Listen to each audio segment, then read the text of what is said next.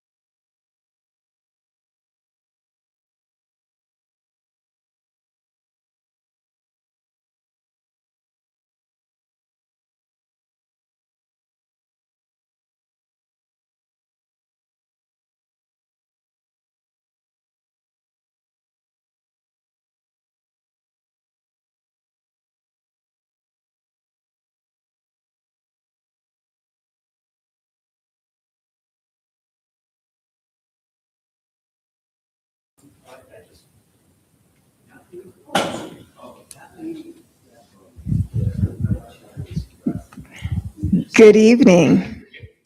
Hello. That was loud, huh? I just feel like it was just booming. Just hello. Yes. Well, good evening and welcome to our March general meeting of the NAACP. I'm your host and president, Lisa Gardner. And I just want to thank you all for coming tonight. I feel a little out of sorts because this is my first time being up here since January. I missed February's meeting, and so I feel completely I feel like a brand new person coming up here and speaking in front of you. Nonetheless, I just wanted to at least kick off the meeting and then give space. I don't know if we have all of our committee members here today. If anyone wants to give, and they're in the back, so they look busy. I don't know if Eddie or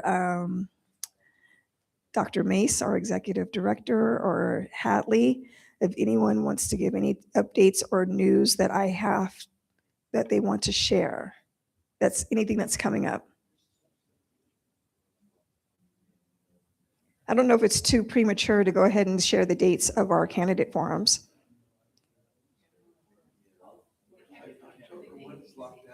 Yeah. So I'll have Pat and Eddie, the team, come up from our Civic Engagement Committee, give an update on our candidate forums. So we just spent an hour and a half out here talking about our candidate forums. And some of you may not know that we've been putting on candidate forums this will be the 4th year that we've been doing them. And we've had 3 very successful years. Last year, we actually expanded to having 2 candidate forums, one with KPBX and again at the library.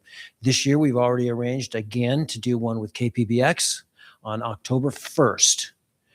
And that will be held here. I think it's going to be held in the auditorium, the same place that we had the municipal court last year.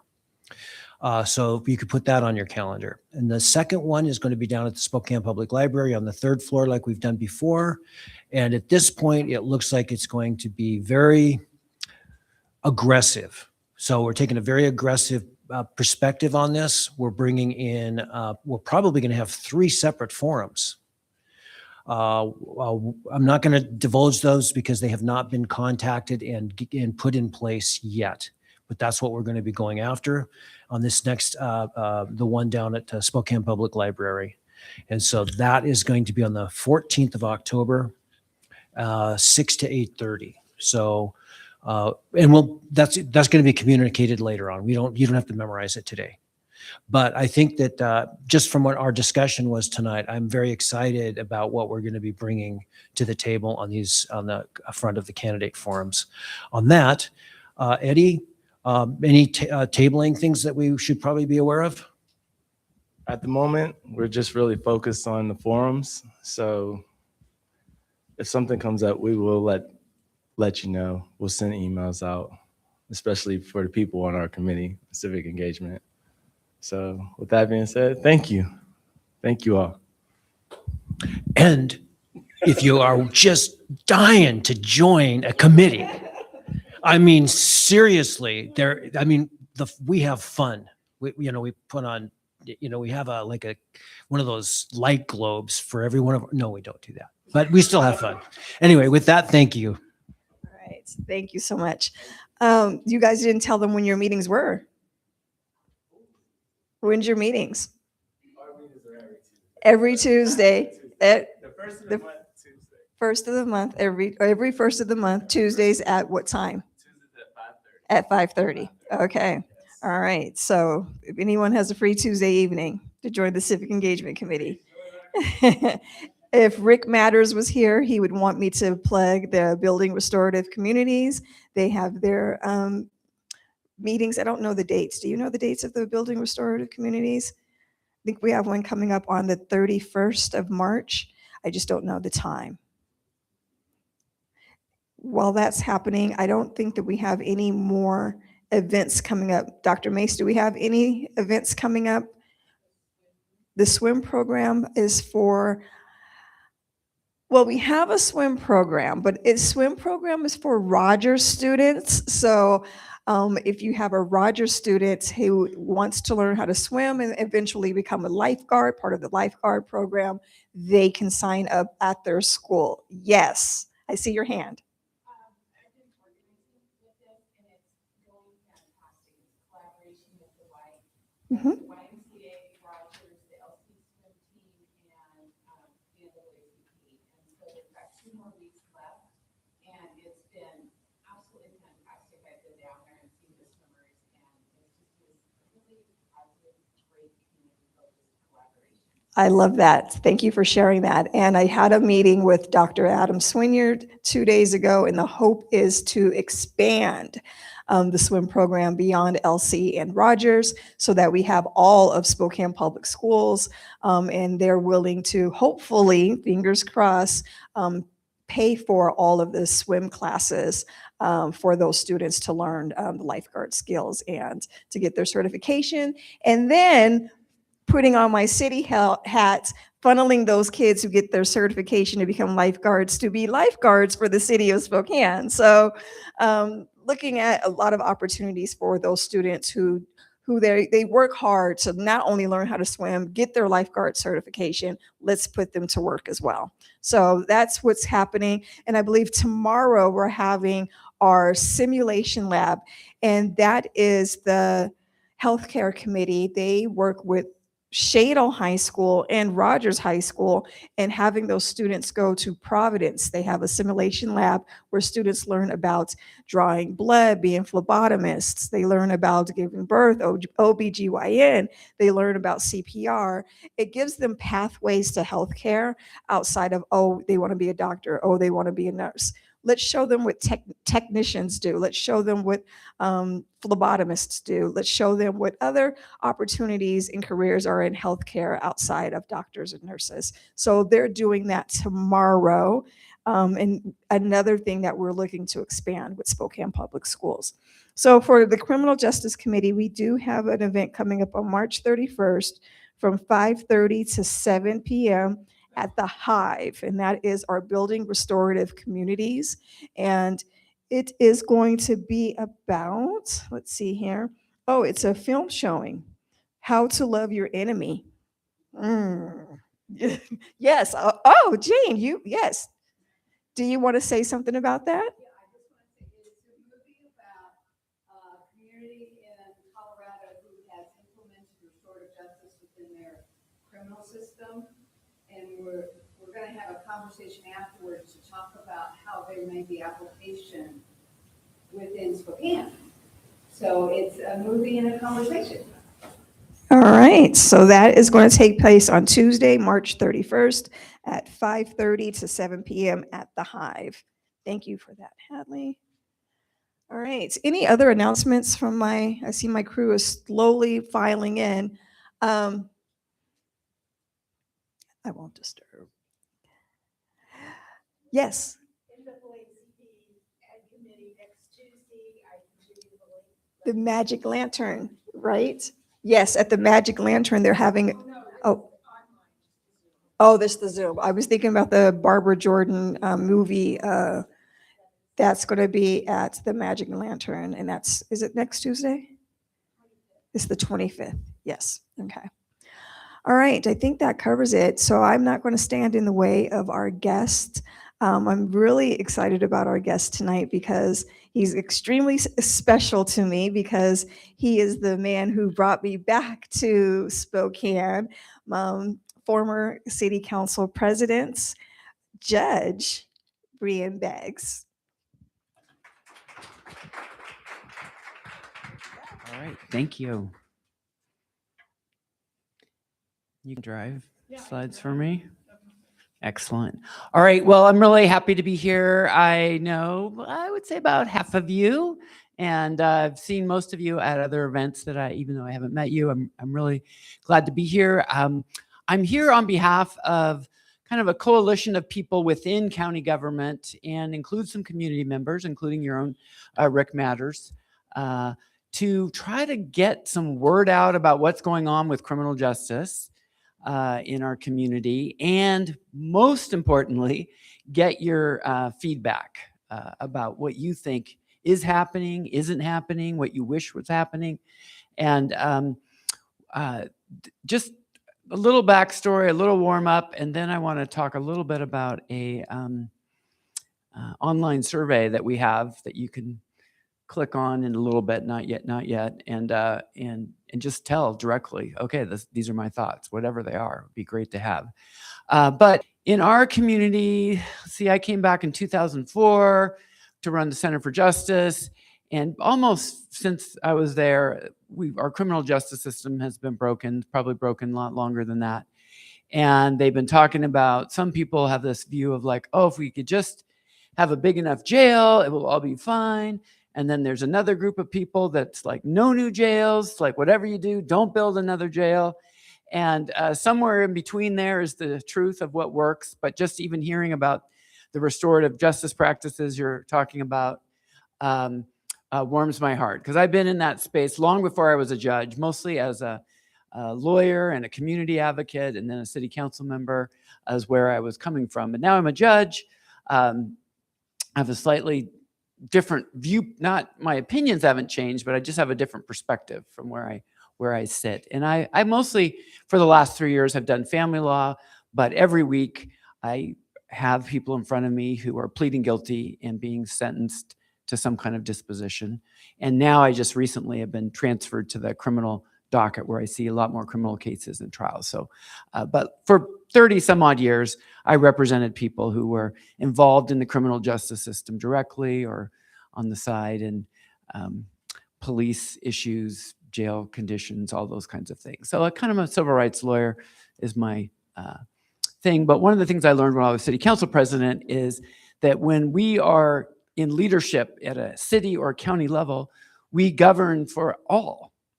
So I had to give up the luxury of just advocating for my personal truth a little bit and try to find a place in the community where we could go together.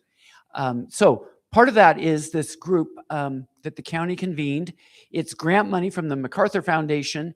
And for the last 10 years, the county has been getting money to do innovative programs and make things that work better, that are evidence-based.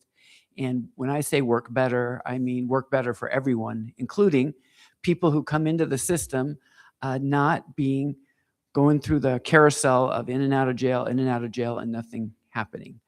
That's seemed, everybody can agree, no matter, I think, where you sit on the political spectrum, wherever your heart is for people, that we could have a smarter justice system where we just have less crime.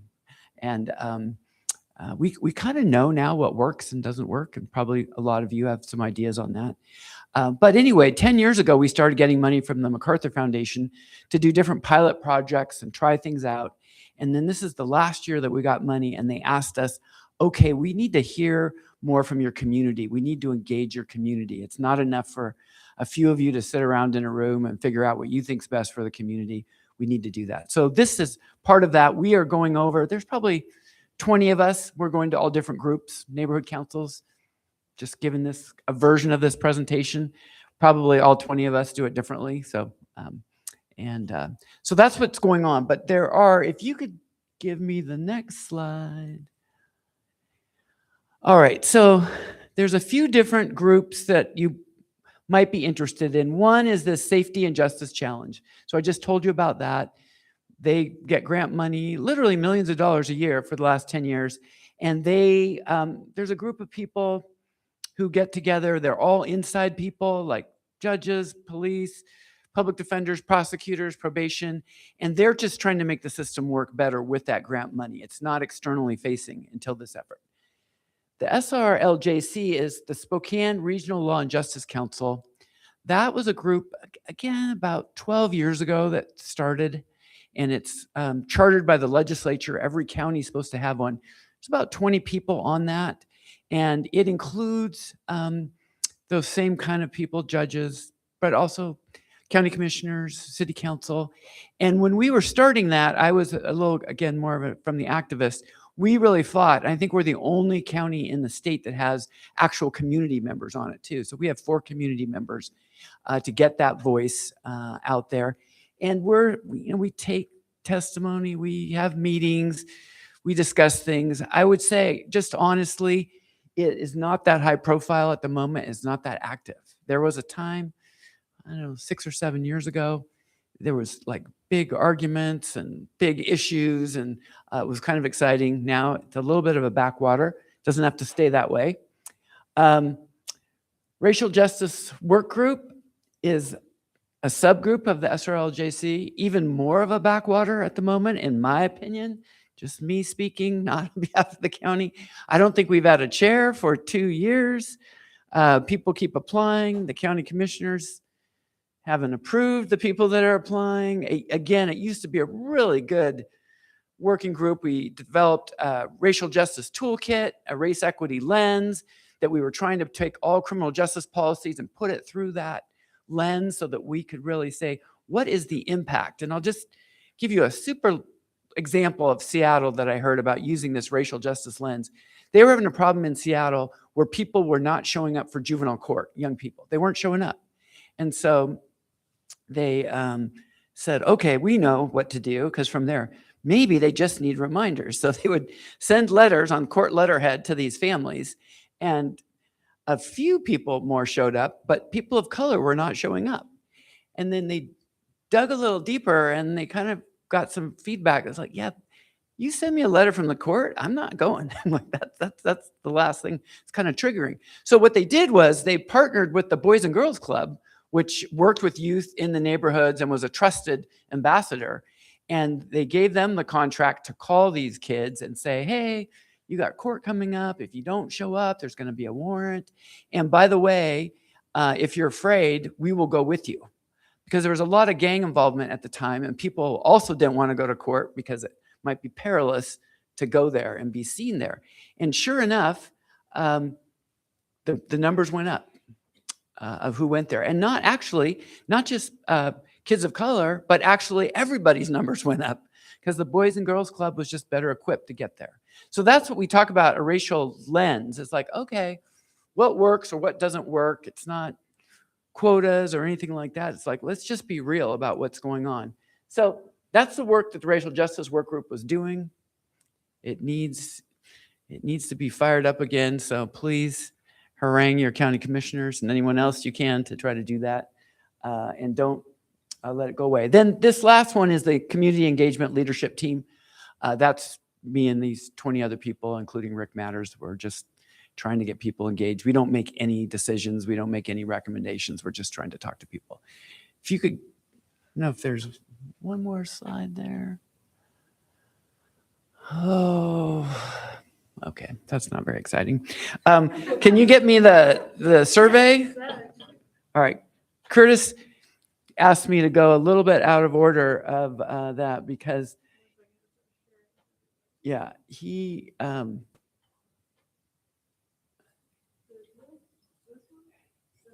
it's that one. Yeah. So not right now, but in a little bit, when we get to near the end, you can click your phone on that QR code and get the survey on it. Here he is. Come on in. I'm just telling them I'm doing what you said to talk about this first. But I just wanted to go over what the questions are so that you know what you'll be answering. And then when I talk about some of the things that we are doing in Spokane, some of the things might connect a little better. Plus, you might have better questions for me, which I'm really happy to answer any questions. So the first part of this is just some demographic information about you so that when you respond, we know your name's not going to be attached to this. It's just going to be numbers. And then there's some questions about how's the system working? And we just want you to rank it just on your perspective, not based on anything I say today, but with there. How are we doing on responding, preventing crime, treating defendants fairly, treating victims fairly, addressing challenges faced by the people who are justice involved with addiction, mental health? How personally do you feel? How personally safe do you feel? And then later, after you've heard me talk about some things, give some opinions about what you think about now that you've heard what we're up to. You think it's a good idea? What direction do you want to go? And then near the bottom, it says, do you have any other comments you would like to share? And I really hope that you tell us what you think. If things are going well, if you see anything, any progress in your time in Spokane, please tell us that, because all the people doing the work need to know that, yes, that's good. And if there's things that are just broken or you don't understand, why is it this way? Just be as frank and honest as we can. So we're going to be coming back to that. Let me show Hadley here, if you can get this one. Okay, so I'm just going to talk about a few programs that you may or may not know about and what's going on. So one, just kind of an easy one down there in the middle, courthouse child care services. Many of you may not know that we actually have child care for people who are going to court. It's in the, what do we call it? The Jefferson building, Rosie? So it's kind of kitty corner to the court. It doesn't cost anything. It's during court hours, though. It's not during lunch, because there's no court during lunch, but in the morning and the afternoon. So if you need to be down there for jury duty, to be a witness, if you have to go see a judge or anything like that, there is childcare there. So, and if you run into people and that's an issue for them, let them know that. We have a court date notification system, which is a new thing. One of our biggest problems in our court system is people not showing up for court. And what happens is, when that happens, a warrant goes out, and then when the police they don't go out looking for them, but if they pull them over for speeding or something like that, suddenly, boom, your next stop is the jail, which really ruins your day. And if it's on a weekend, you're going to be there until Monday. But what we found out is there are some people that are just blowing off the system, like, forget it, I don't care, I have a court date. But most people, when we talk to them, they just got a lot going on. They need help with transportation. They've got bigger crises in their life and they've forgotten about it. Sometimes they're in district court or municipal court or superior court. So this is it's just low tech, but we do that for defendants, and it's shown when we didn't do it and when we did it, people show up for court more often. We used to have money for Uber rides. We don't anymore, but we do have bus passes. We have a courthouse navigator right at the front door of the courthouse. There's a woman, I'm forgetting her name. I don't know if anyone here remembers her name. She's very friendly. She's good, but she has bus passes for people as well. But she can tell you where to go, because you may not know, but there's 4 different buildings where there's courtrooms at, and only some of them are in the main courthouse. And so she can tell you how to get to where you're going.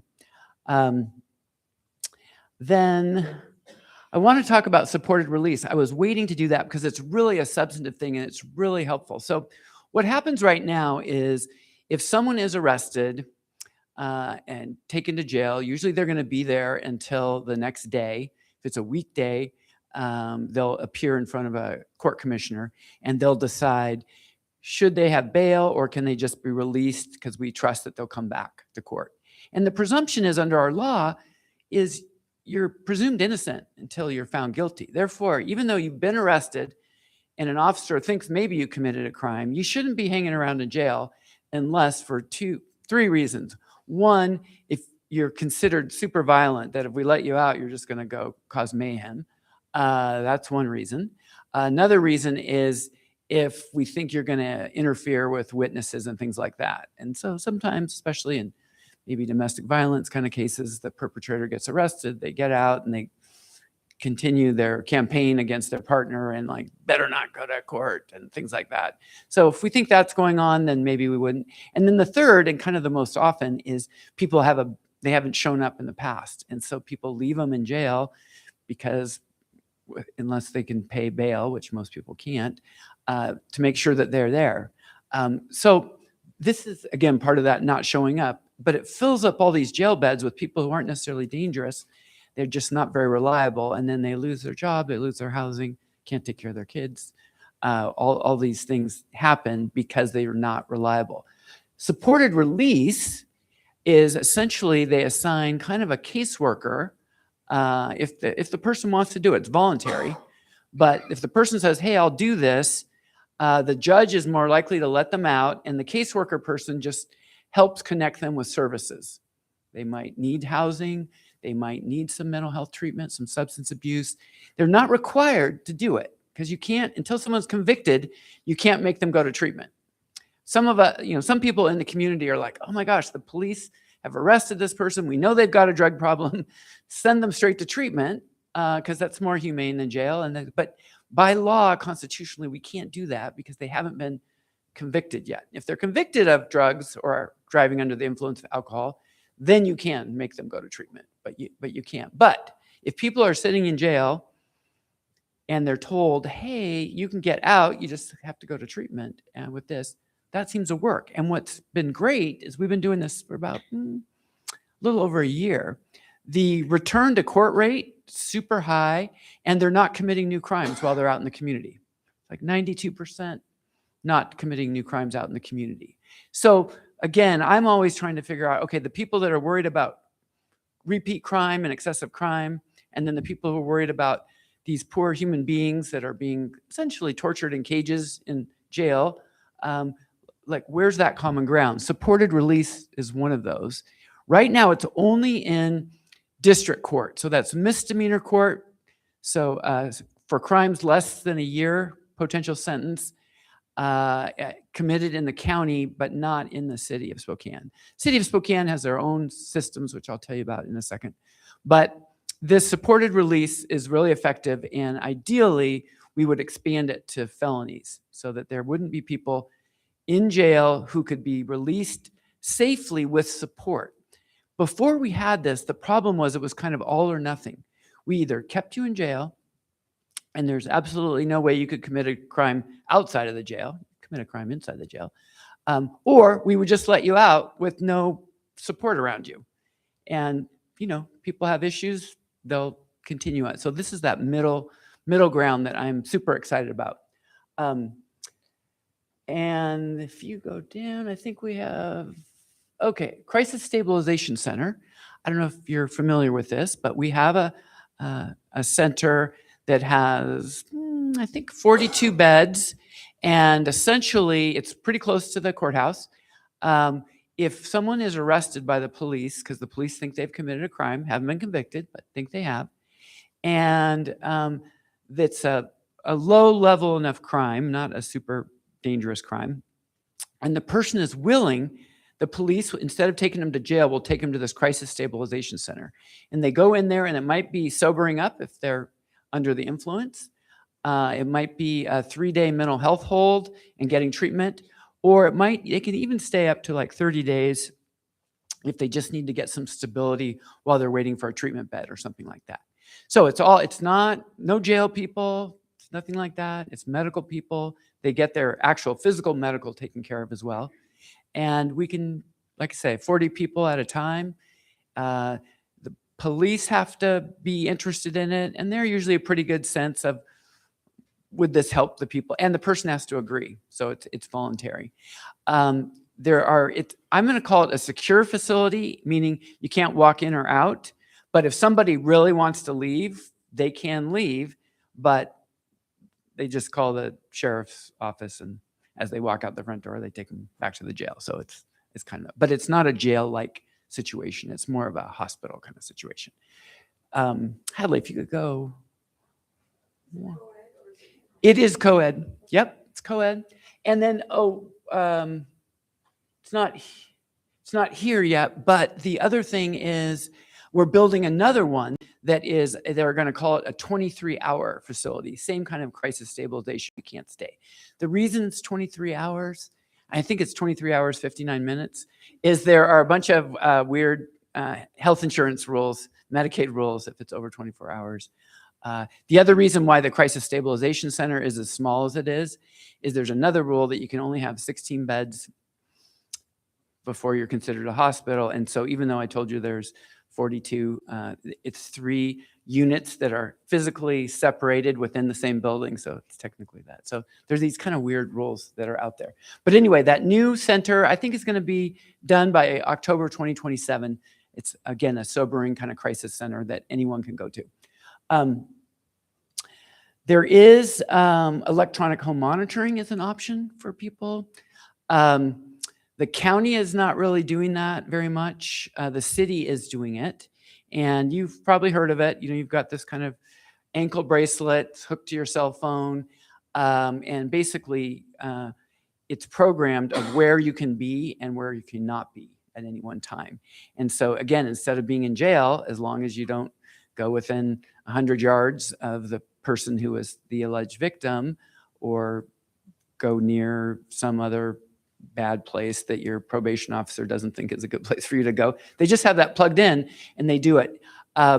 It costs some money, I don't know, about $30 to $40 a day to do it with monitoring and things like that.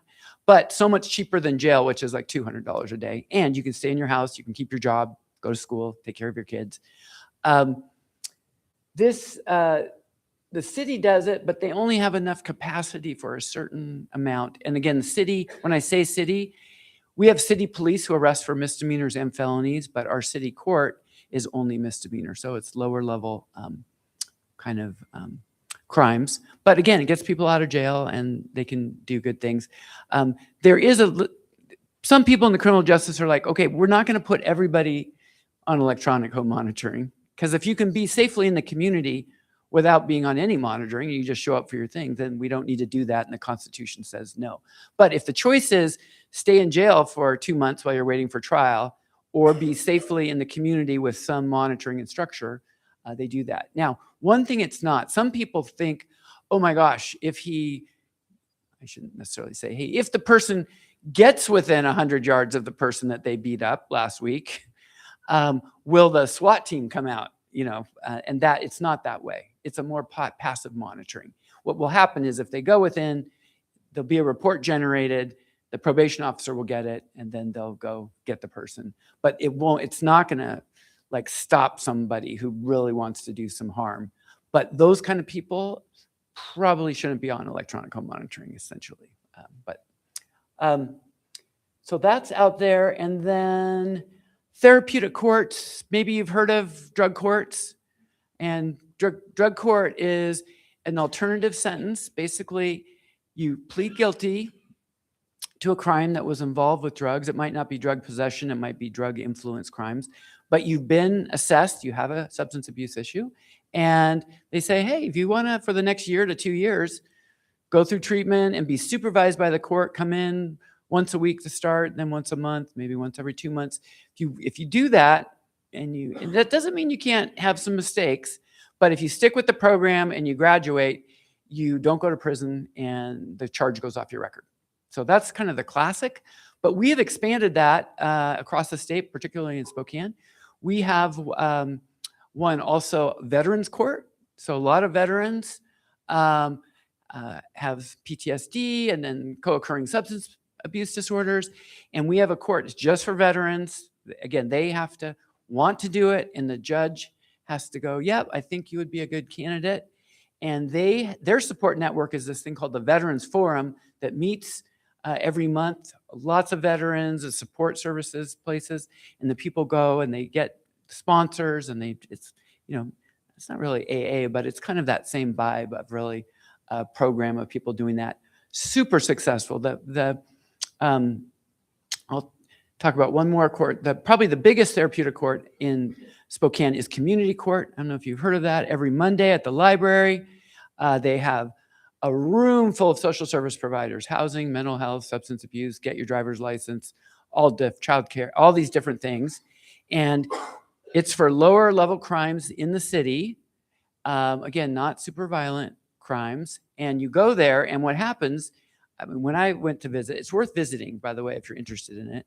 When I was there, I just watched, and when the person came through the door, their defense attorney would greet their hand, the prosecutor would shake their hand and give them a sandwich, and then they would meet with a probation officer, and they would be assessed for what are your needs? What are the problems that are going on? Do you have good housing? Do you have mental health? Do you have some substance abuse? Do you have a family law dispute in court? Like what's going on? And then when you see the judge sentences you to go to the table in the next conference room of the social service provider that's your thing.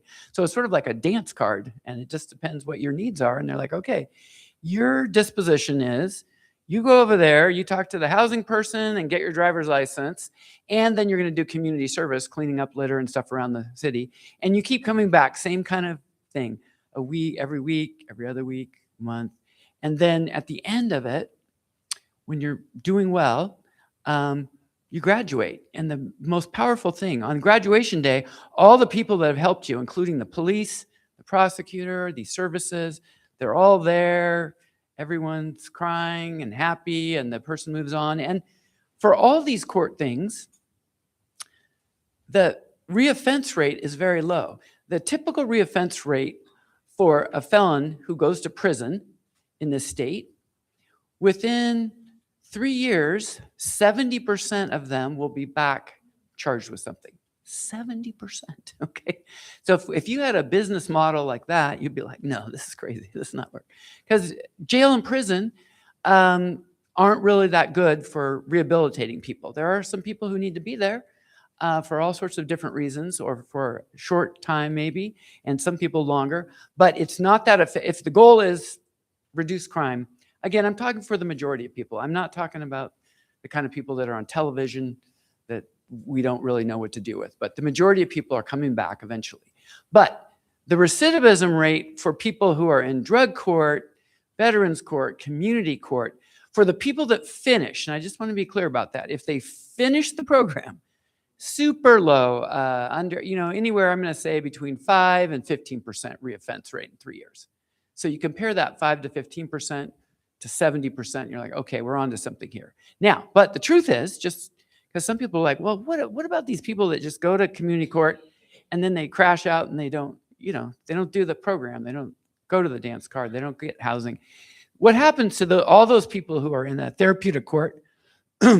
If they don't do it, then they go back to regular court and go to jail or prison. They do. So there is accountability for them if they don't follow through the program. But for the people that follow through, the results are great. And my own personal thought about this from when I really started working on this about 12 years ago was we do I would say about 25% of the people do these alternative things, all different alternative things, and about 75% go to jail or prison. And in my world, we would just flip that around. And not only would that be more humane for people, but we would have less repeat offenders. That's just me. Last thing I want to say that we're up to, this is brand new. This is actually the most exciting thing. It sounds really nerdy, implementation of Medicaid services in the jail. But it's a game changer because there's real money that comes to it. So right now, you might not know this, but if someone's receiving any kind of government benefits, like Medicaid for medical or mental health, disability payments, and anything, rent, housing, all that, you go to jail and you stay there more than a few days, you lose that. Like, it goes away. And if you're in jail, you're not eligible for Medicaid. So our state leaders about 5 years ago negotiated with the federal government and said, hey, we have an idea to try to reduce poverty, reduce crime, and keep people healthier. And if you let us do this waiver of the normal rules, we can provide some services for people in the jail, and maybe they're going to get better outcomes, not just less crime, but actually better health outcomes, more social stability. So this starts July 1st. In our jail. What will happen is for the first 90 days that you're in jail, you keep all your Medicaid benefits. And Medicaid in Washington is medicine, but it's also medically assisted treatment for opioid addiction.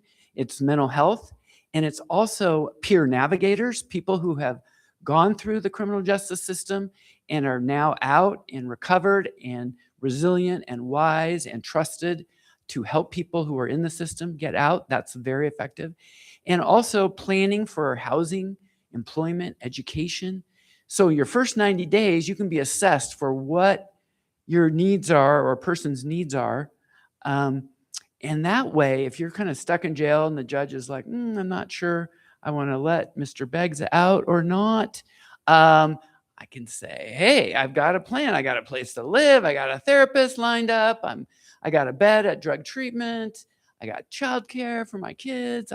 I'm ready to go. And then the judge is probably, okay, we'll let you go out and see how you do. So it's those first 90 days. So it means that people who are kind of languishing in jail can get a head start and get out and start before they've even been found guilty or anything like that. And then, there's probably a plea agreement down the road.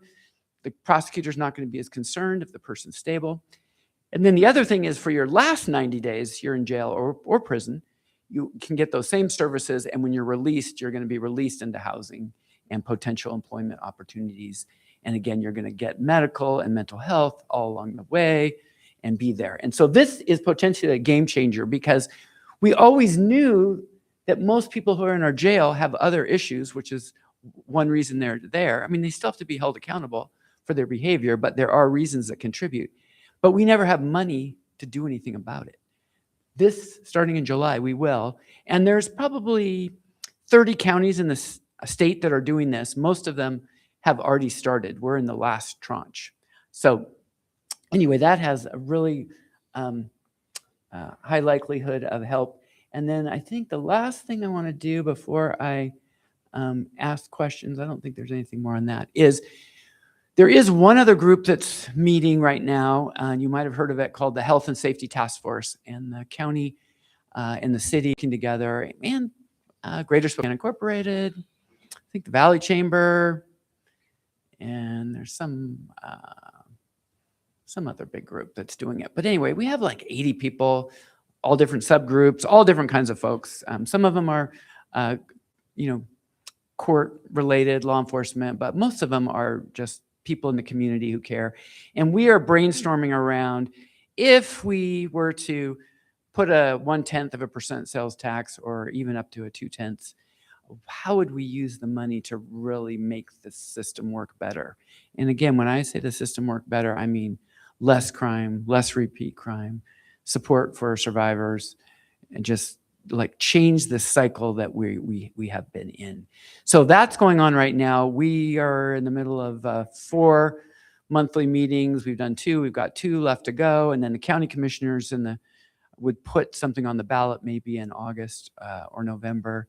There are discussions also, what do our facilities look like? We've got the one kind of fortress kind of jail. Do we want other kind of smaller kind of facilities, treatment, housing? All those kinds of things are on the table, and we're trying to figure out and get some recommendations. And just from being in the room, the opinions are just completely all over the place. All good people, all thinking, all trying.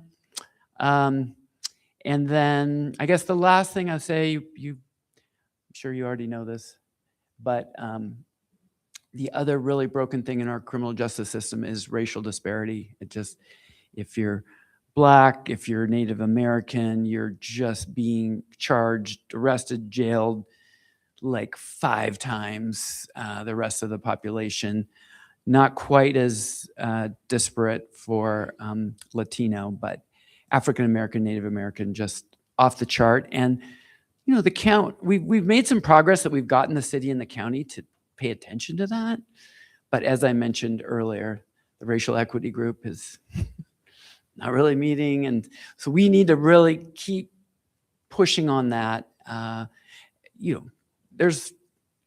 could spend a whole nother night talking about that whole issue of the why, and you probably could be the one leading the group that I would listen to. But I just want to let you know that that's front and center in my mind, at least. And a lot of people at least acknowledge it, whether they're willing to do the work on it or not. It's not. But when I started this work, they just denied it. They go, no, that's not the case. And they kept no statistics in the jail of who was there based on, so they could do it. They're like, no, that's not true. But then part of this MacArthur, we got the statistics, so we know we can say no, they can't. Now they argue about why. But make sure that you do the QR code on your thing. But I just want to stop talking and just open it up for any. Okay. Yeah. You want to do it before I take comments, or you want to do it afterwards? Well, let's just kind of So, well, Okay. I'll just go ahead. Go ahead. Just for a minute. So thanks everyone, life happening all over the place, but made it. Hey, so, when Judge Beggs, when you were talking about the disparities in the jail and the dance with the MacArthur Foundation coming in and providing funding to actually take a look at that, those were actually the days of when Sandy Williams was still here. And when Sandy was the main pusher for exposing what the heck was going on in that system and would not take no for an answer. And so that was the impetus of the Spokane Regional Law and Justice Council that was formed for a while, and then the Racial Equity Subcommittee that was reborn for a while, and then the blueprint for reform that was revisited again. So there's this really big saturation of timelines or times where this is not the first time that this has been a discussion. It's not the last time. As a matter of fact, I remember when Sandy, when we were talking about it, and she was inviting the NAACP at the time to get in there and dance with that. And a lot of us were talking about, hey, we're tired of talking about it because it's already been going on that long. And what Sandy said at that time, which again applies in this age right now, if we don't do something, nothing will change. And so from my experience being back in that time with her, and Hadley, what I will also say is I just sent you an email that has a timeline sketch on it real quick. Might be good to just put that up. I'll just rattle that off real quick. But I think it's important to know as you make whatever decision you're going to make about your input on this, that there's also kind of that mapping out, if you haven't already done it, Judge Beggs. Yeah. That, we understand what kind of a dance we've been in here for a minute. And also understand that this is not the first time that the community engagement dance has happened, which is what this is. And I told them, and Judge Beggs has been there when I told him, it's like, hey, I'll come in and dance with you all again, but know this, I've been here. And quoting Tony Lodge and Sandy Williams and all that kind of stuff, they were tired of it when I got here. And so here we are again in the same conversation again. Some things have changed, some things haven't. But I think it's real important for us, in our due diligence to you and our fidelity to you to really kind of say, hey, here was some of the key points of the dance. And so when we take a look at the overview of the timeline, yeah, if you could just scroll through that, I think, oh, well, wait a minute, that might be useful. So in 2011, 2012, Knežević and county commissioners were pushing for a new jail bond measure, and it didn't pass. It did not happen. It was not a success. In they didn't put it on the ballot because the polling was so bad. Right. Yes. And you were there. this guy was right there with us in the dance. In 2013, a Criminal Justice Commission releases the blueprint for reform. Okay, that happened. And there were all kinds of recommendations in that, including an assessment may be possible without more jail beds are needed, right? Then in 2016, the Spokane Regional Law and Justice Council was kind of like reworked again. It was pretty much expanded with the support from the MacArthur Foundation. And that's the Safety Justice Challenge Grant. And you can look it up. Okay, it's called the MacArthur Foundation Safety Justice Challenge Grant. And that was the impetus that provided any kind of funding to go ahead and start mapping out what was actually happening as far as the disparate impacts within our criminal justice system. Okay, and so Professor Jackie Van Wormer was a criminal justice administrator at the time. She was the one that ended up, when she finally left after a couple of years, and I don't know if you all remember Maggie Yates, she ended up taking that position. And, she's the one that ran for one of the county commissioner seats. Okay, so that's kind of that data. In 2018, we win the release of the racial data. Okay, so analysis from the Hayward Burns Institute that laid out those racial disparities, and finally, like, hey, you can't keep acting like this isn't a thing, right? So, and then 2019, 2020, the county commissioners contracted with the Vera Institute of Justice and the JFA Institute. I don't remember what that. Yeah. to request and identify this, because what happened is they started pushing for a new jail again. This is not the first time the new jail conversation has come up. And I appreciate the task force and the way that's happening right now, but make no mistake that that conversation is embedded in there. Okay, so we're being very mindful and very intentional about paying attention to that.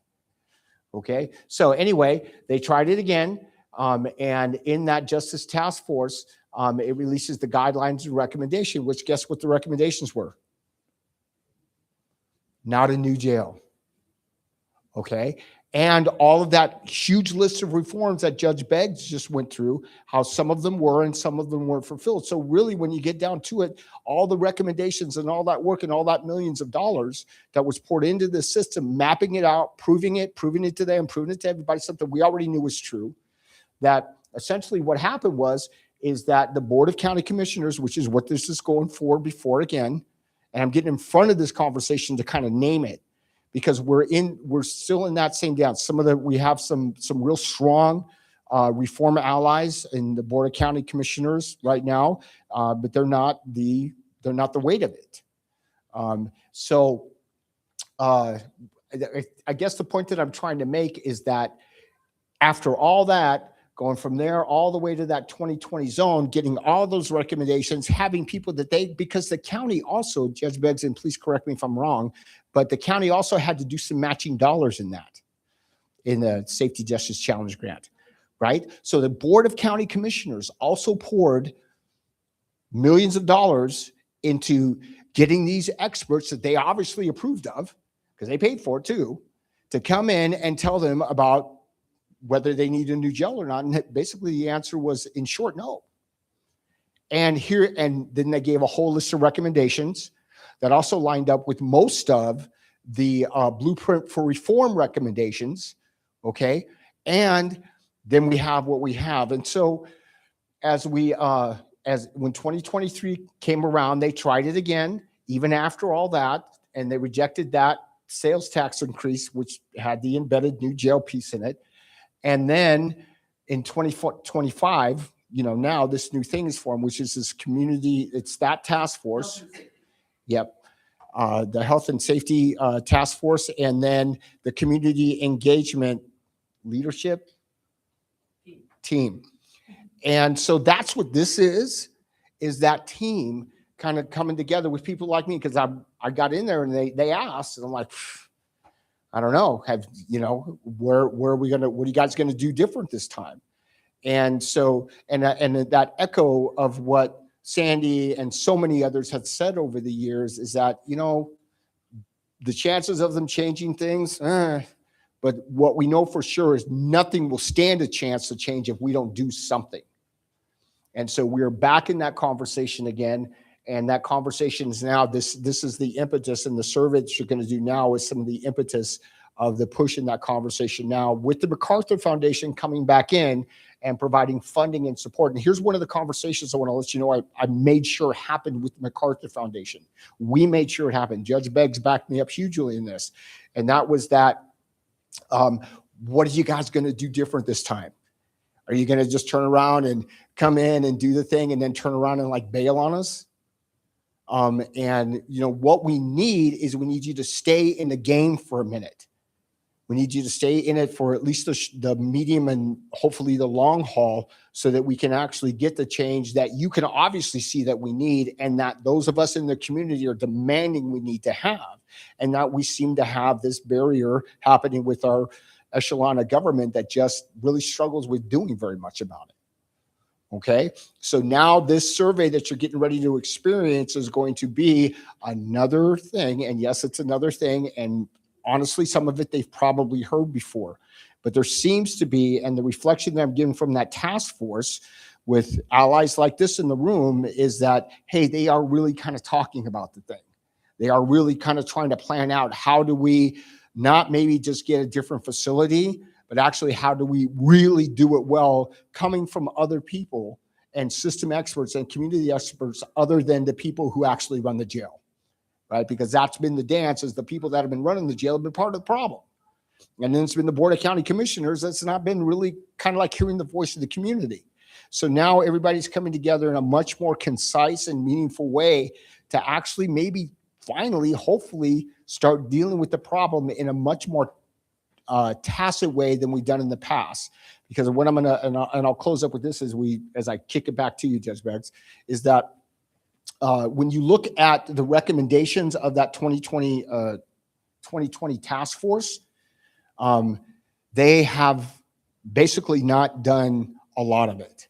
They've done some of it, and that's already been mapped out. But all of that, they invested money in to get the recommendations that they just didn't do, and a lot of.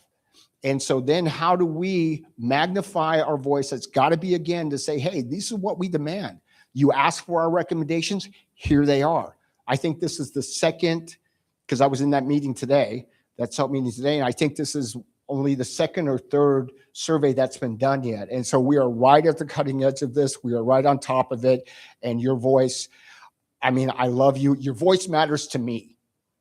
And your voice matters to those of us that get it. And if we can get a collective voice again in a much more impactful way that hopefully a tool like this will provide, it might create enough weight, because we know elections are coming up, okay, that we might actually get the movement, more of a movement than we've had in the past.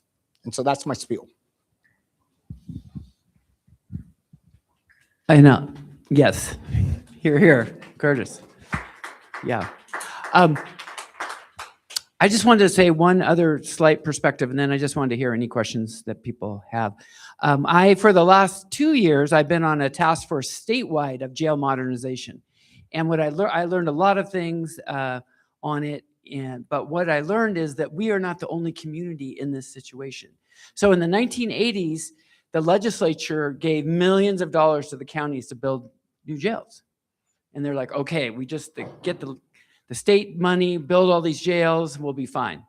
And then, but what happens is when it comes time to fix the roof or fix the plumbing, that's sort of the last thing anyone wants to put money in.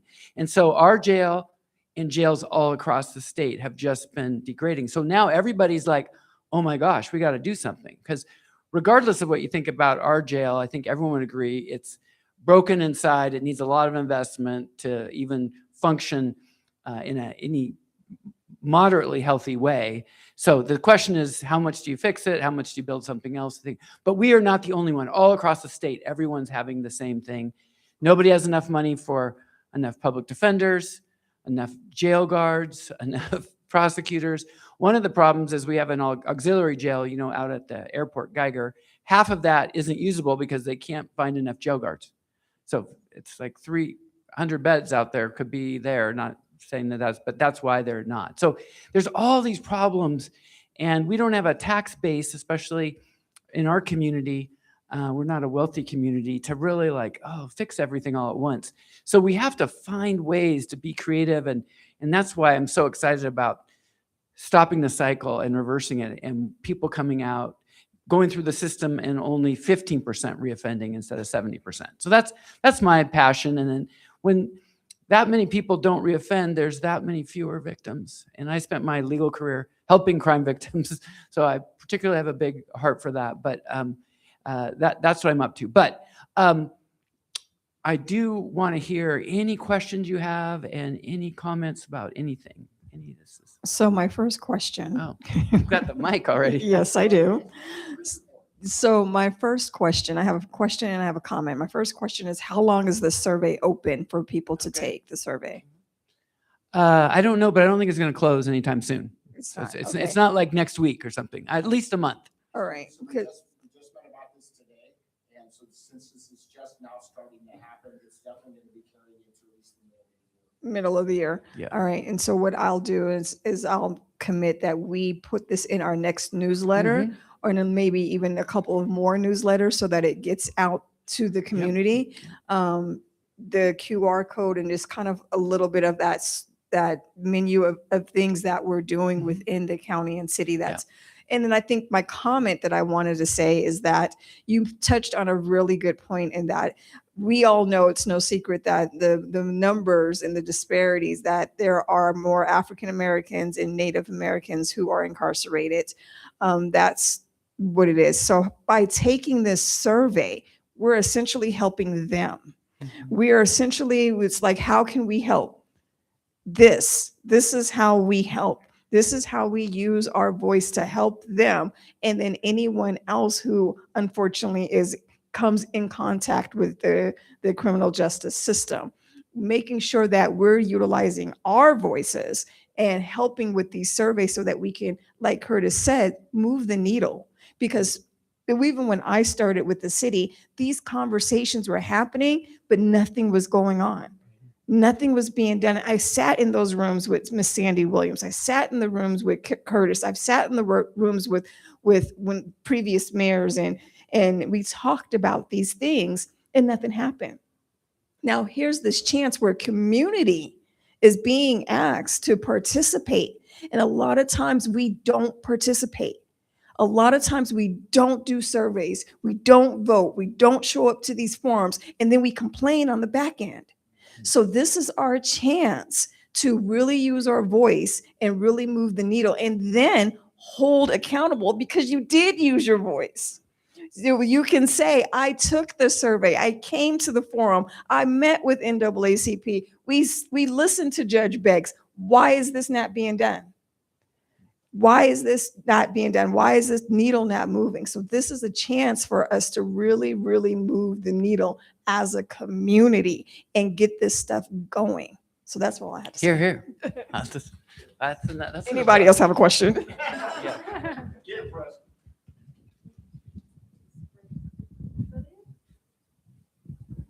Wait.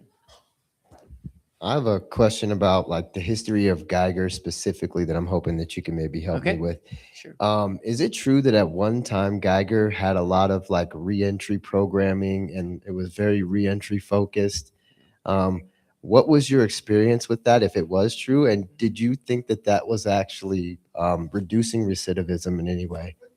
Yeah. So the answer is yes, it did, and it was very effective, and it got funding chopping block. But just to go, so Geiger is like an old Air Force barracks from 70 years ago, something like that. The county started right now we're incarcerating 800 or 900 people a night in the jail. 10 years ago, we were incarcerating 1,200 people or so in the jail. And as it went up in the early 2000s towards that number, they needed more space. So they really used a lot of Geiger. And so they're kind of warehousing people out there. But for a while, the two things were going on. One, smart justice was a good policy, and people were like, yeah, this is good. And there was money, and people were like, yeah, let's do that. They had training programs. They had work release where you would be there, sleep at night, but then you go work a job during the day. We had work crews, cleaning up things. So there was a lot of that going on. But what happened is, part of the things is programs only work if you're going to be there for a while. And so what happened is, we used to incarcerate more people in the jail after they had been convicted and were serving a sentence for maybe 3 months or 4 months or something like that. It doesn't happen that much anymore. Now people are either not in the jail or they're pleading guilty and going off to prison. So they're not really there long enough to do programs. And then there's money, and they don't have enough guards out there. So all those things kind of come together. So one of the ideas is to have something closer to the county courthouse campus that is program focused, not for people necessarily behind bars, but just, oh, you're in the system right now, you're on probation, here's some education, here's some assessment, something like that that's program oriented. Because they would do parenting program. I mean, they had a whole thing of how to do landscaping and tree nursery and things like that. So people have a little bit of a heart on that, but there's a practicality that if you're not going to be, the average person is in the jail. If you don't get released like right away, average person is less than 20 days in the jail. So they're almost not there long enough to really do that. For people who go to prison, they're going to be there a year, a few years, then they do more programs. And the state prison system is doing more creative stuff like that. But our jail is really supposed to be very temporary housing. And unfortunately, it's turned into, for some people, long time. I get a report every month of how many people have been there, how long. And there are people that have been there over a year, 2 years. There's one guy that had been there 3 years.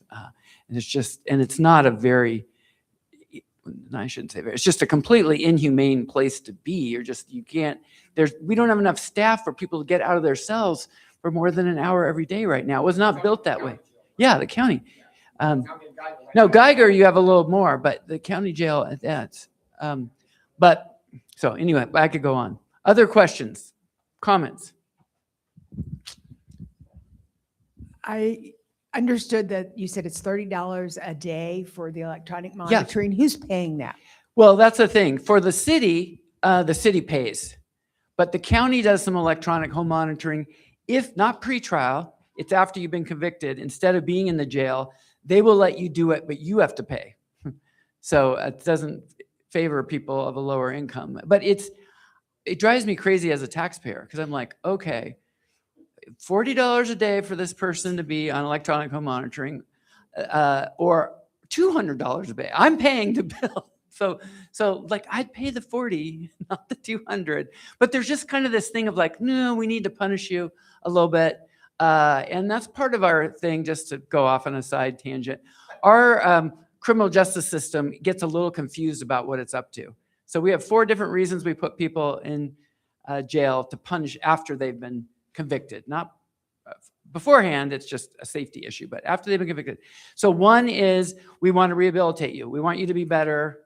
Another is, hey, we just want you off the street for a while to incapacitate you so you can't commit a crime for the months that you're in. Another way is, hey, we want to scare you. You might have to go to jail so you won't commit the crime.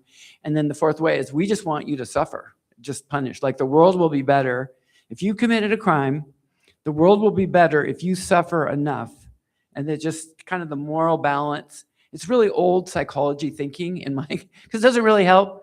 If someone steals my kids' bikes, how long they spend in jail, how much they suffer, it doesn't bring my bike back for my kid, doesn't do anything. But we have that, it's in our system and it's legitimately in our law. So it's always those balances. And the science is, the more you focus on rehabilitation, holding people accountable, but rehabilitation, the less future crime there will be. And we just get confused sometimes. And we have science now. When I was first starting out as a lawyer, we didn't really have the science. And it was kind of like tough on crime or hug a thug. It was these, like, what is it? And, but we have the science now. But the thing is, the other thing I would just say to inform you is that as many people that are in the jail, there are as many reasons why they are in jail. And there are some people that literally just want to be outlaws and don't follow the rules and don't respect and care about people. And they only respect kind of a bigger dog and that. And that's a psychological profile. And people like that tend to need harsher punishment because they don't get it. There are other people that are just out of their minds, but they're committing crimes and they need a different. And so a lot of the way the world is, we're trying to move the system is more customized to the person. What's going on with this person? Because if they need a big stick and and we have other people that are just so dangerous, like they cannot be out. They cannot be out. So it's figuring that out. We had this idea in the 1980s. They passed the Sentencing Reform Act. Let's just treat everybody the same and then that will be fair. But it just doesn't work out that well, according to me. Yeah. My question, because we're trying to help people. Yeah. From being incarcerated. Yeah. What are we looking at as people that have, I know we have that type of population of people that are hardcore criminals. Mm-hmm. And that behavior is hard to change. Yep. But we have a lot of people that have substance abuse, mental health issues that are running the streets. And what is being done to help these people? Yeah. Well, so I mentioned a little bit earlier some of those therapeutic courts that says, hey, if you're willing to do that. Now, one of the challenges when people are in the grips of that is one of the symptoms of substance abuse is denial and not wanting to do it. And so the challenge that we've really had as a community, and law enforcement wants these people to be healthy too. Like everyone wants them to get there, but it's the question of how do we do it? And I think it comes down to a couple of things. One, that customization. Assess this person, what's going on, Right. what are their support systems or not. And then also, I think a lot of people, and this might be more, but is swift and certain accountability. Like right now, our system is so broken that if people are kind of off doing their own thing, committing crimes, it'll be a while before law enforcement catches up to them. Right. And so they kind of have that in their mind. Whereas if you're kind of targeted and on it, and they step outside and do something wrong, and they immediately get some consequence, they tend to, it supports them, if especially if you care about them. So it's all of that at once. And what we're trying to figure out is how to coordinate it. Right now, there's no one place that's in charge of anything. City's in charge of the city, county's in charge. There's someone in charge of the jail. There's judges, there's prosecutors. And we're trying to figure out how we could all work together so people we don't lose them.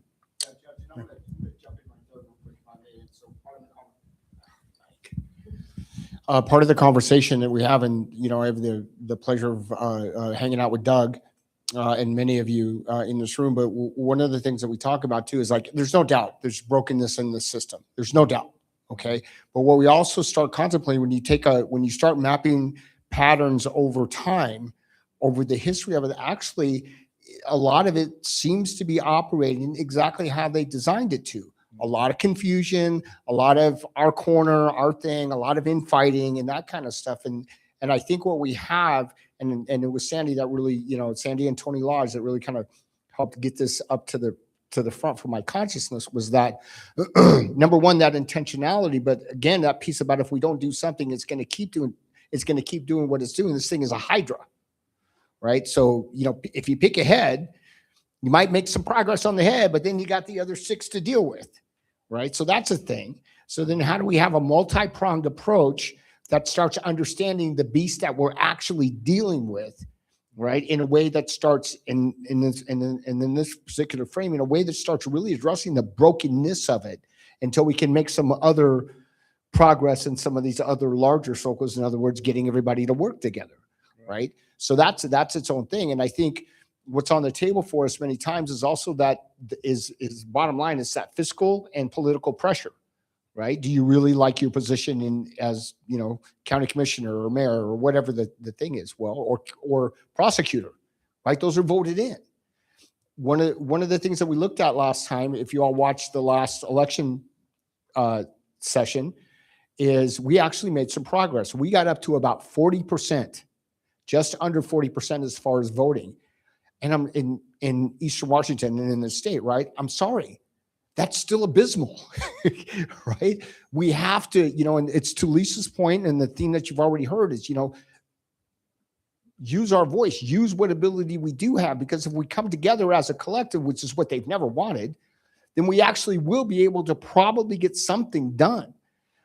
Because one of the patterns is, to your point, Quint, is that there is this historic pattern of getting something working and then pulling the funding.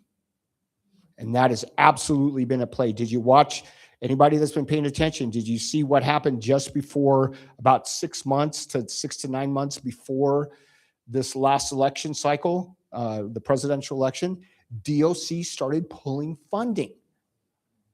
Okay, they started taking all of the money out of working with community and all that kind of stuff. Oh no, we got it. We'll turn it all in house. So it's not anything new. They're just doing the same thing they've always done. They get something working, and then they all of a sudden yank the funding. And Geiger historically was one of those, and the pattern of behavior that we're seeing. So this thing about using our voice, our collective voice, to say, hey, this is what we want. This is what we demand. And the last thing I want to speak to you before I give you the mic, brother, is that when it comes to disparities in the jail, I've actually sat down and mapped it out. So I was listening and I was like, okay, all right. And, the whole Justice Task Force thing, I was on that and doing all that and on that with all these other fine human beings. And I heard the numbers and I went and did it, and I went and crunched the numbers myself. What I came up with was actually worse. At that 2019 thing, they said that black humans were incarcerated, I think, at 8 times the rate of their white counterparts, or 8% versus 2% of the population. I did a current sample on that and then crunched the numbers, and it was actually 10. And that has not changed. It is still ebbing and flowing around that thing. So it really is an issue of disparity. It's an issue of oppression, and it's an issue of, have we magnified our ability and our voice loud enough to force the change that we know needs to happen?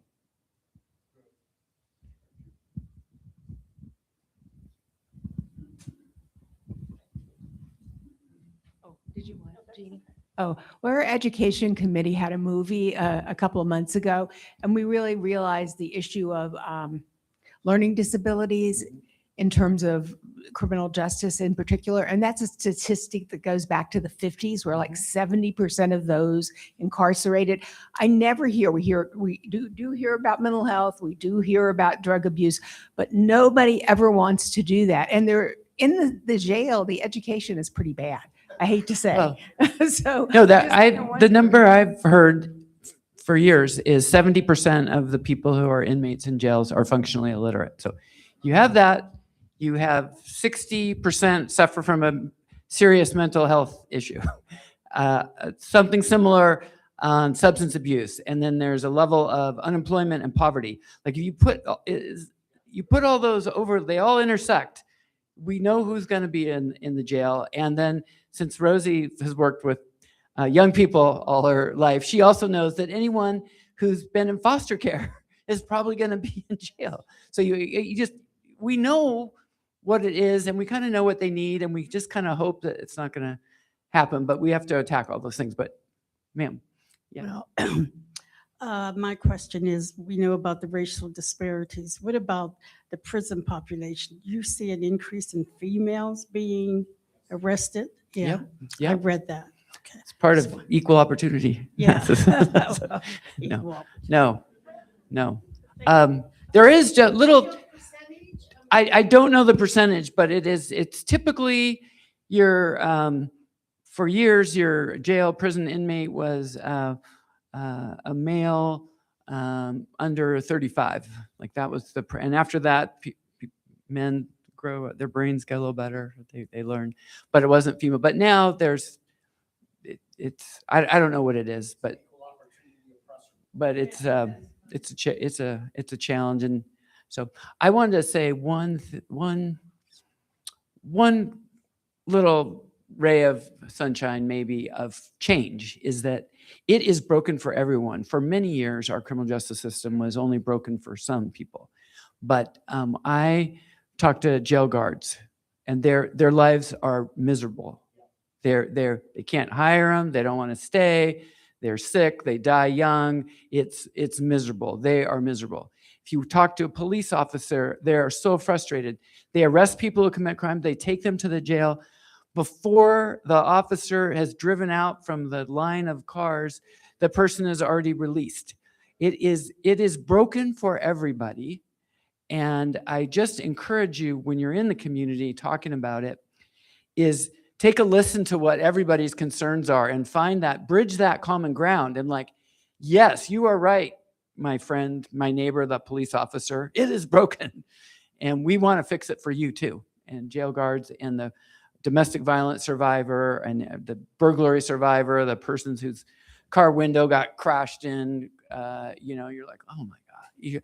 So it is broken for everyone. So that is the bad news and the good news. And I encourage you to create space for everyone to talk about how broken it is, but also talk about, okay, what could we do to rise together? I want to answer your question directly, Dr. Bates, and that's that there has been, because these are numbers I'm in all pretty much all the time. I haven't been in for more than a minute. Yeah. So there's been this constant increase over time.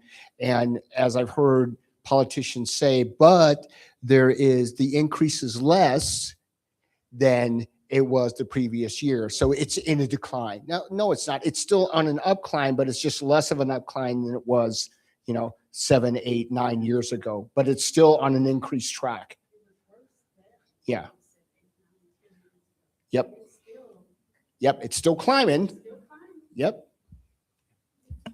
All right. Anything else anyone has? I don't have a question. I was gonna close it out. I do have a question. All I just have such a hard time imagining how to solve the problem of the current jail, to be fully honest. Like it's so I've toured it many times. It is just horrible conditions and people should not be in there. And I, agree that unfortunately we live in a world where there is a, small percentage of people who are going to need that. Like, I just truly am curious, like what are the healthy conversations like that are happening around alternatives to that aren't just produce another mega jail or, are there other communities that have tried to solve this problem? Like, I want people to be in a better condition, but I don't want to use that as an excuse to replicate or worsen what we have. Well, you have a movie coming up, so we'll find out what they're doing there. But the short answer is I don't know that there really is a community that has figured it out. There are places.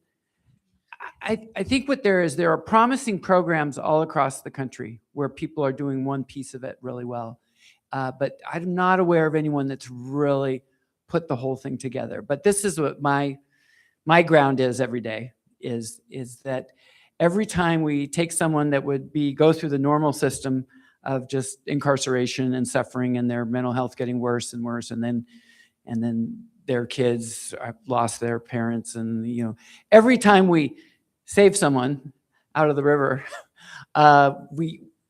it can get better. And it's the real challenge is we as a society on all sorts of things, our energy, everything, we're having to make this big transition.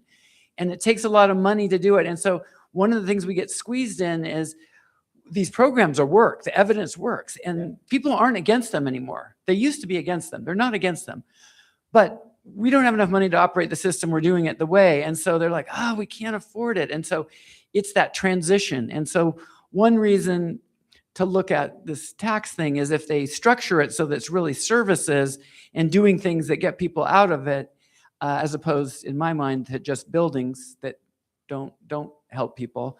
That's just me personally. But then we could maybe make that shift, like a one-time generational investment to make that shift. Because we know, I talked to the head of the jail just last Friday, and I asked him to confirm what I've been told in the past.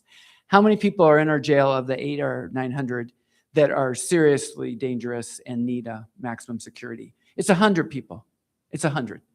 So we don't need a jail for 800 all in one place when it was for 100 people. Do we need facilities for them someplace and secure to semi-secure? Sure, fine. But I think the next vision is going to be way more services, customized assessment. When someone gets arrested, that is going to be the red flag to all of us. Something broke in our system. And we got to wrap our arms around that person with accountability and service and help them find their way back to the heart of the community. That's what we're going to get to eventually. And we're going to do it one person at a time until we get there, until we kind of get it. But right now, people are in fear. I wrote something in the Inlander a long time ago. The question was, who should be in jail? And the question was, well, if you know them, probably not. The person you don't know, you're like, no, I don't trust them. My cousin, he, a little help, he'll be okay. And that's kind of how it is. And we don't know them. So. One second, man. I just want to say something right there. And that's my thing. Because I am that guy. I am that guy that was raised in an abusive environment. I was raised to deal drugs. I was raised to hate on people. And I got caught up in the system. And instead of all this promise of we'll rehabilitate you, we'll do this, we'll that, I got in there and they further traumatized me. They just beat the heck out of me and then blamed me for being the way that I was. And it wasn't until I got out and got into a treatment program, which thankfully I was court mandated to be in. They finally did that, but my probation officer had to fight for me to get that because that was not the norm. But that's what shifted my life. And so there's 10 miles of evidence that says that if we do it, because some people need a timeout. I needed a timeout. I was out of control. but I didn't need to get in there and get further traumatized. What I needed was the help that I eventually got. And that we have proven it time and time again. That's what works. Okay, so I'm just listening to everything. Yeah. And it just keeps coming to me like, can we just go a little further upstream?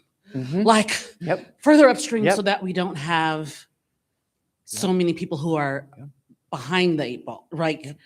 Where is that conversation happening in the county and with funds in the city and things? And I know probably on the education piece, we have kids, you know, K through 12, but then after they've left, you know, what happens to them, you know? I'm just wondering where those conversations are happening. You're 100% right. And the number one thing to prevent crime is early childhood education. That's just like, that's just the fact. That's the science. That is most of that conversation, to answer your specific question, is happening at the state level because they have the money. One of the things, having run the city for 8 years or helped run it, is our tax base in Washington. We have like the worst tax system in Washington for local government. If we're just kind of starved. So even when you get in leaders all across, sheriffs, police, prosecutors, mayors, commissioners, even if you get them in and they're like, we want to go upstream, we're going to go with you. You are totally right. They are handcuffed with a lack of resources. I'm not saying they can't do it. It's harder than at the state. And the federal, they really have resources because they just print money at the federal. They don't. As a state, we do have to balance our budget, but there is money at the state. But the conversations that you're talking about is more at the state level, and Senator Riccelli is probably, Senator Billig, before he retired and Riccelli took over, was really leading that. But Senator Riccelli is on that. The school district, District 81, they're really involved in that early. But that is the number one upstream piece, I would say. Okay, then there's one further thing then. I would like to take some of that conversation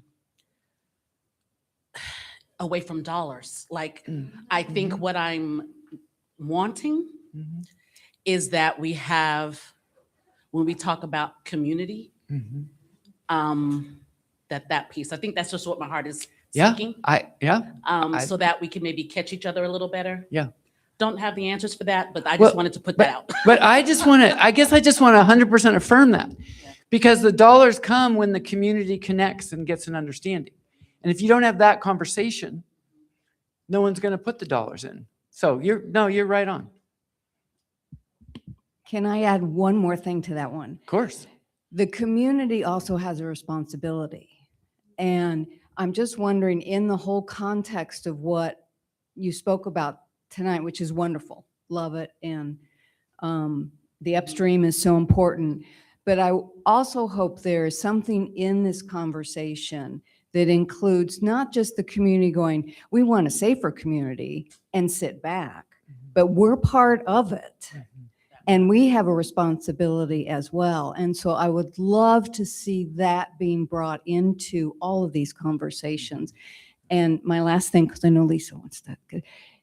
Anybody that is interested in how that might happen or want to talk about that further, that is in part what Building Restorative Communities is talking about, and how we can do this upstream within the systems, and what the community's responsibilities are as well. So I just wanted to add that to the conversation.